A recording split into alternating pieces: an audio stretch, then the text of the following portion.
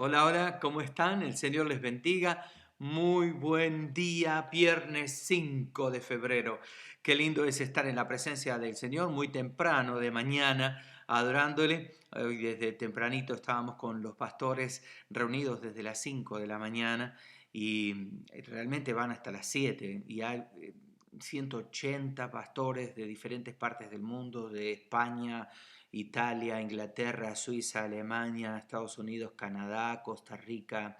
Hay de muchos países que se conectan a diario para encontrarse con Dios y de verdad es muy poderoso ese tiempo, muy poderoso. Así que gracias a Dios porque tenemos este avivamiento que estamos viviendo en Costa Rica y las naciones y sé que vienen cosas mayores para la iglesia, para nuestra iglesia, la iglesia central. Así es que vamos a comenzar orando y bienvenidos a todos los que están conectados. Gracias por acompañarme día a día. Y vamos a orar. Padre, en el nombre de Jesús, gracias te doy por este nuevo día, por tu gloria y tu presencia, porque estás con nosotros y porque podemos sentirte, poderoso gigante, con nosotros.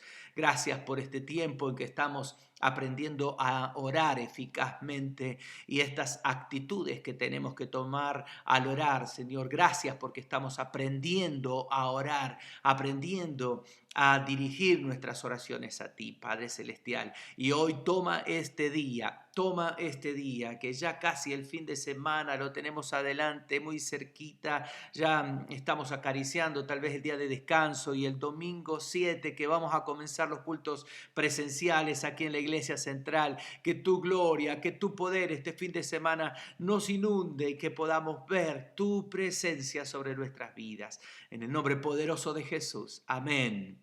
Amén y amén. Hoy vamos a hablar otra vez sobre las actitudes al orar. Quiero hablar de dos actitudes y cerrando con este día, la semana también, las últimas dos actitudes que veremos y continuaremos hablando sobre la oración eficaz el lunes próximo. Pero hablemos entonces sobre la oración eficaz y dos actitudes, le decía, la actitud de certeza, seguridad y fe.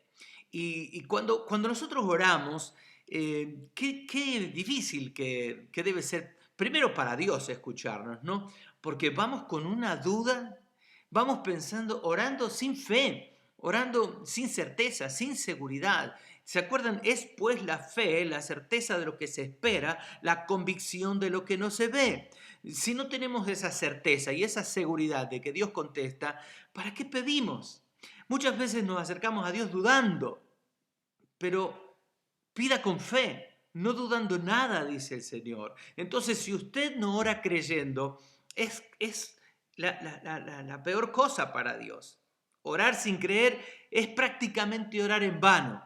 La fe es medular para que la oración sea eficaz. Si usted no tiene fe, entonces no es eficaz su oración, porque la palabra es clara, sin fe es imposible agradar a Dios. Entonces necesitamos activar nuestra vida de fe y creer, tener la certeza, la seguridad que Dios es el que nos contesta.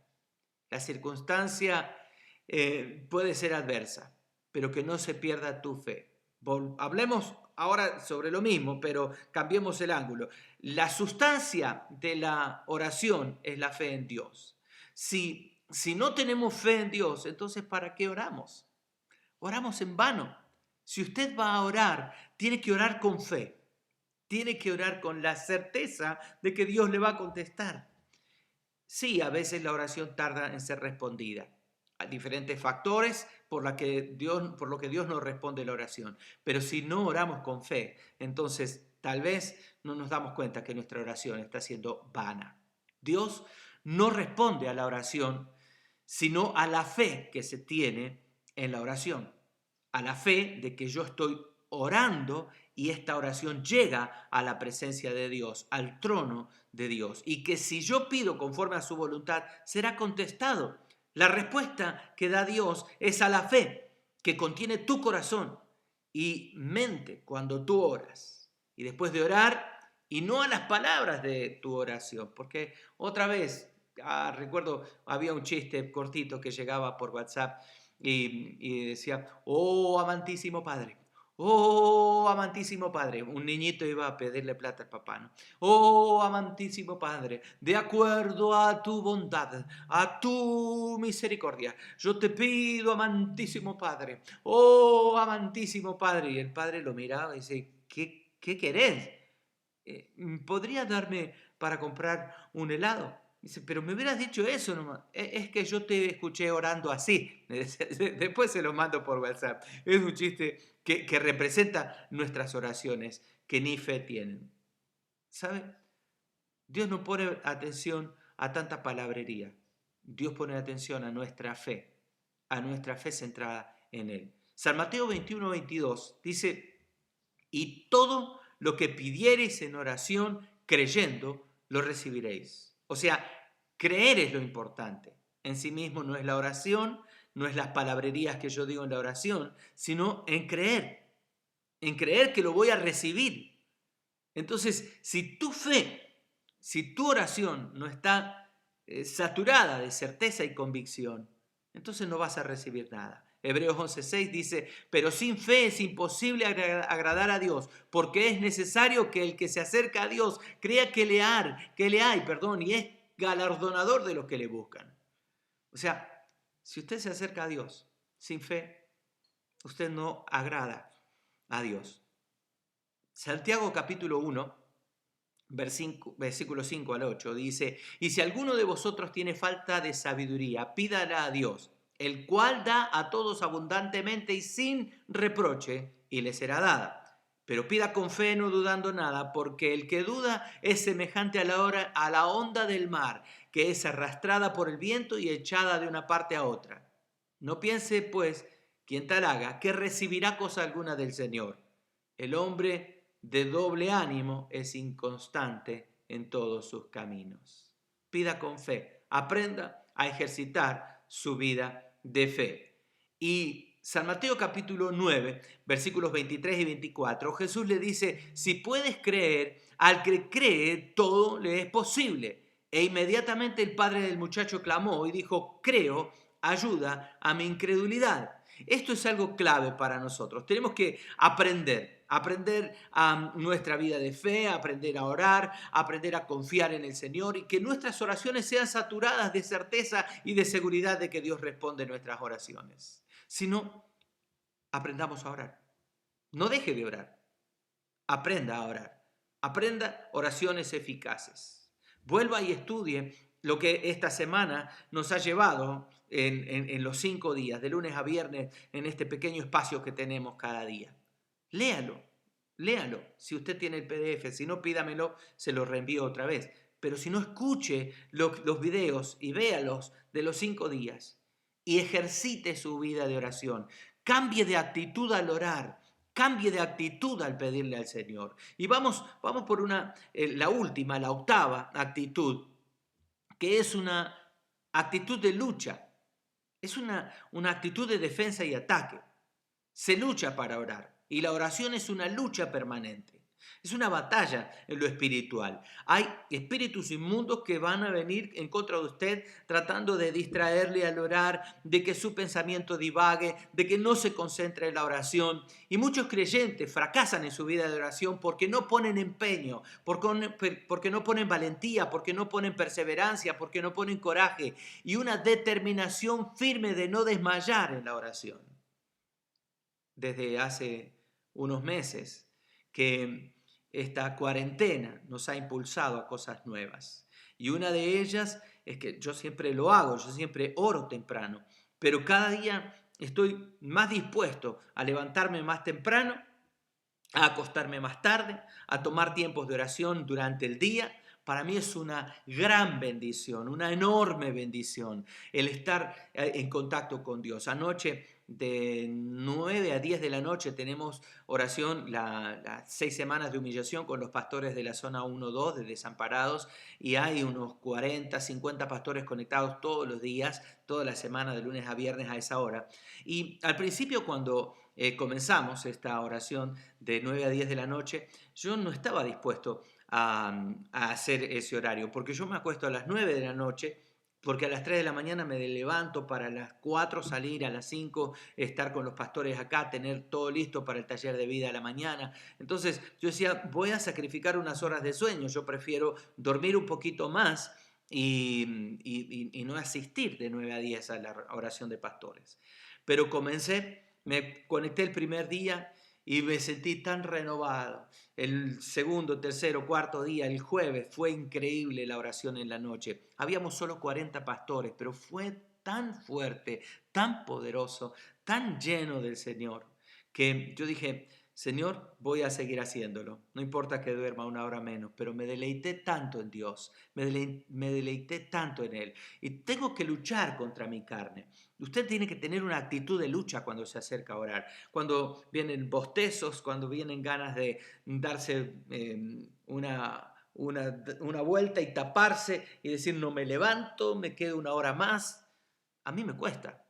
Yo pego el salto cuando suena el despertador y me voy directo al baño y me ducho con agua caliente y me despabilo porque si no, no voy a lograr estar despierto, me voy a quedar dormido. Si me quedo en la cama me duermo 2 horas más o 3. Mi cuerpo tal vez lo necesita y me lo demanda, pero yo tengo que tener un empeño constante para orar.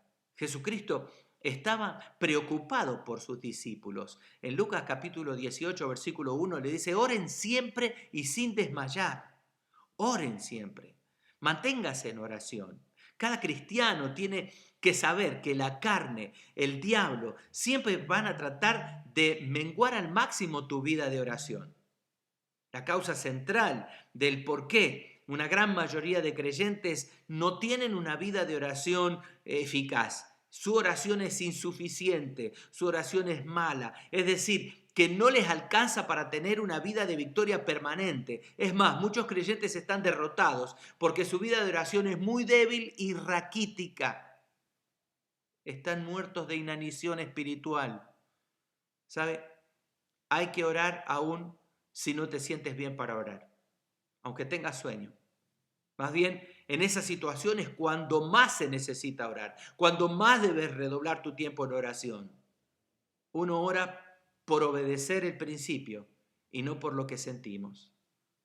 Hay veces que yo no siento orar, me siento cargado porque hay situaciones difíciles en la vida que tengo que enfrentar y no tengo ganas de orar.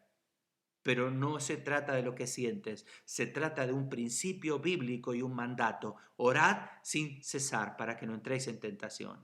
Ora por obedecer a este principio, aunque sea, pero levántate y se va a generar el hábito y se va a generar el deseo y luego vas a darte cuenta que vas a necesitar y desear estar más en la presencia de Dios. Hebreos capítulo 10, versículo 39 dice, pero nosotros no somos, de los que retroceden para perdición, sino de los que tienen fe para preservación del alma. Yo no soy de los que retroceden. Una vez que tomo una meta, sigo adelante. Y Dios nos está honrando con esto. Usted que cada mañana se conecta a las 6 de la mañana para estar en el taller de vida, para orar, para renovarse en el Señor, es esto lo que necesitamos. Romanos capítulo 7, versículo 7 al 25. Déjeme leerlo, es un poquito largo, pero se lo voy a leer. ¿Qué diremos pues? ¿La ley es pecado? En ninguna manera, porque yo conocí el pecado, porque yo no conocí el pecado, sino por la ley, pero tampoco conociera la codicia, si la ley no dijera no codiciarás. Mas el pecado, tomando ocasión por el mandamiento, produjo en mí codicia, porque sin la ley el pecado está muerto. Y yo, sin la ley, vivía un tiempo, pero venido el mandamiento, el pecado revivió y yo morí. Y hallé que el mismo mandamiento que era para vida, a mí me resultó para muerte, porque el pecado, tomando ocasión por el mandamiento, me engañó y por él me mató. De manera que la ley a la verdad es santa y el mandamiento santo, justo y bueno.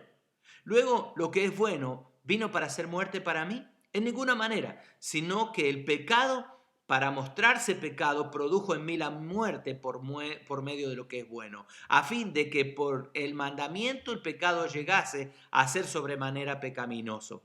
Porque sabemos que la ley es espiritual, mas yo soy carnal, vendido al pecado, porque lo que hago no lo entiendo, pues no hago lo que quiero, sino lo que aborrezco. Por eso, si lo que no quiero, esto hago, apruebo que la ley es buena. De manera que ya no soy yo quien hace aquello, sino el pecado que mora en mí. Y yo sé que en mí, esto es, en mi carne, no mora el bien. Porque el querer el bien está en mí, pero no el hacerlo. Porque no hago el bien que quiero, sino el mal que no quiero. Eso hago. Y si hago, perdón, lo que no quiero y no hago y no lo hago yo, sino el pecado que mora en mí, así que queriendo yo hacer el bien, hallo esta ley, que el mal está en mí. Porque según el hombre interior me deleito en la ley de Dios, pero veo otra ley en mis miembros. Fíjese que está hablando de dos leyes, la ley del pecado y de la muerte y la ley del espíritu de vida. Después voy a hablarles de eso en otra ocasión. Entonces, vuelvo y repito, pero veo otra ley en mis miembros que se revela contra la ley de mi mente y que me lleva cautivo a la ley del pecado que está en mis miembros. Miserable hombre de mí, ¿quién me librará de este cuerpo de muerte? Gracias doy a Dios por Jesucristo nuestro Señor. Así que yo mismo con la mente sirvo a la ley de Dios y más con mi carne a la ley del pecado. Hay dos leyes en mi corazón, la ley de la vida y la ley del pecado, la ley del espíritu de vida y la ley del pecado y de la muerte. Si nosotros obedecemos a la ley del pecado y de la muerte, vamos a perdición, pero la ley del espíritu de vida es la que produce en nosotros el querer como el hacer. Ya casi terminando, déjenme compartirle 3 versículos más. Primera de Timoteo 6:12 dice, pelea la buena batalla de la fe, echa mano de la vida eterna, a la cual asimismo fuiste llamado, habiendo hecho la buena profesión delante de muchos testigos. O sea, la forma que usted gana la batalla de la ley del pecado y de la muerte y la ley del espíritu de vida es presentando buena batalla a ustedes y ganando la batalla correcta, la batalla de la fe. Segunda de Timoteo 4:7, he peleado la buena batalla, he acabado la carrera, he guardado la fe.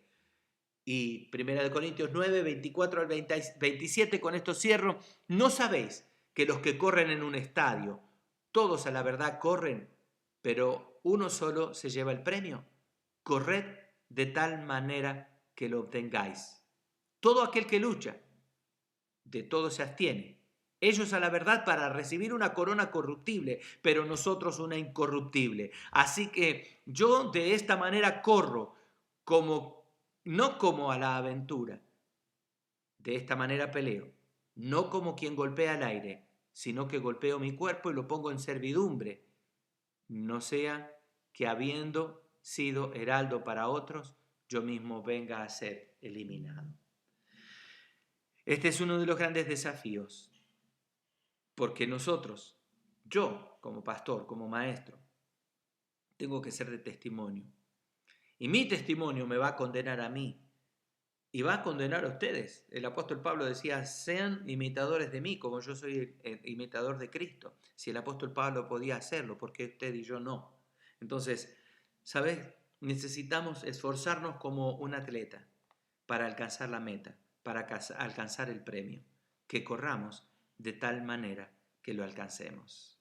En el nombre de Jesús cerramos orando. Gracias, Señor, por este momento, por tu palabra, por tus bendiciones, por todo lo que tú haces para nosotros. El día de hoy, Señor, te ruego que tú seas una vez más el objeto de mi fe, el objeto de mi adoración, el objeto de mi alabanza. Padre, en el nombre de Jesús, quiero enamorarme más de ti.